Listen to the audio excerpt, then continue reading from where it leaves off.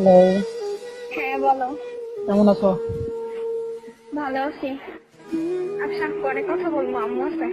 একটা সময় ছিল যখন মানুষটা সব সময় কথা বলার জন্য পাগল থাকতো, কিন্তু আজ মার অজুহাত দিয়ে চলে যাচ্ছে। রাত দিন কথা বলার জন্য মানুষটা কোলে থাকার জন্য বলতো, ঘুমাইছো কিনা, খাইছো কিনা, কি করতেছো, ভার্সিটি যাবা কখন, ভার্সিটিতে কোনো মেয়ে কিস করছে কিনা, মানে কোনো মেয়ের সাথে কথা বলছে কিনা, সেই বিষয়ে জানতে চাইতো। বলতো সবসময় লাইনে থাকতো, ভার্সিটিতে যাওয়া মাত্রই আমাকে কল দিবা, কখনো কল কাটবা না। তার মনে ভয় থাকতো যদি না ভার্সিটিতে আমি অন্য কোনো মেয়ের সাথে কথা বলি। ভার্সিটিতে যাওয়ার পথেই সে আমাকে কল দিত। তার কল যদি একটু কল রিসিভ করতে যদি একটু লেট হইতো, তাহলে তো কত ধমক, কত কিছু শুনতে হইতো। কিন্তু ভার্সিটি যাওয়ার পর কখনো কল তো কাটতে পারতাম না, কল কাটতামও না, সবসময় কলে রাখতে হইতো। যদি টিফিন টাইম যদি কিছু না খাই, তাহলে তো ওর কান্না, ওর চোখের পানি দেখতে হইতো, আমাকে শুনতে হইতো। যদিও সেই মানুষটার জন্য, সেই মানুষটার কান্না না করার জন্য অবশ্যই খেতে না লাগলেও খেতে হয়, খাইতাম। এইভাবেই খুব সুখে শান্তিতে সময়গুলো কাটছে। কিন্তু একটা পর্যায়ে আজ আমি খুব অসহায়।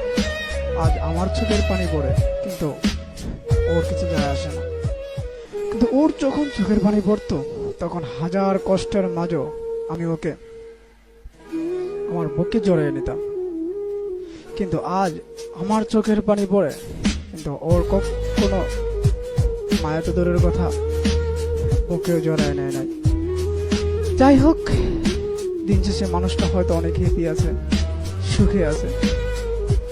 ভালোবাসা হয়তো এমনই হয় না, কিন্তু আমার ক্ষেত্রে কেন তাহলে এমন হলো?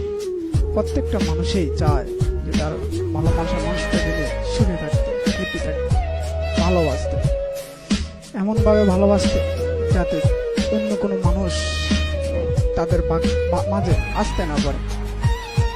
আমি কেন, আমার মতো হাজারো পুরুষও সেই স্বপ্নটা দেখে, সেই স্বপ্নের মাঝে মুগ্ধ যে আমার ভালোবাসা শুধু আমার ভালোবাসা আমার কাছে থাকবে, অন্য কারো কাছে নয়। একটা ভালোবাসা তখনই নষ্ট হয় যখন তাদের মধ্যে আরেকটা থার্ড পার্সন মানুষ ঢুকে যায়।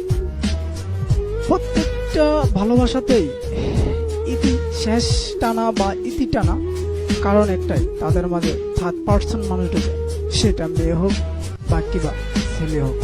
আসলে ভালোবাসা কি তাহলে রূপে, নাকি প্রকৃত একটা মন থেকে হয়? যারা প্রকৃত মন থেকে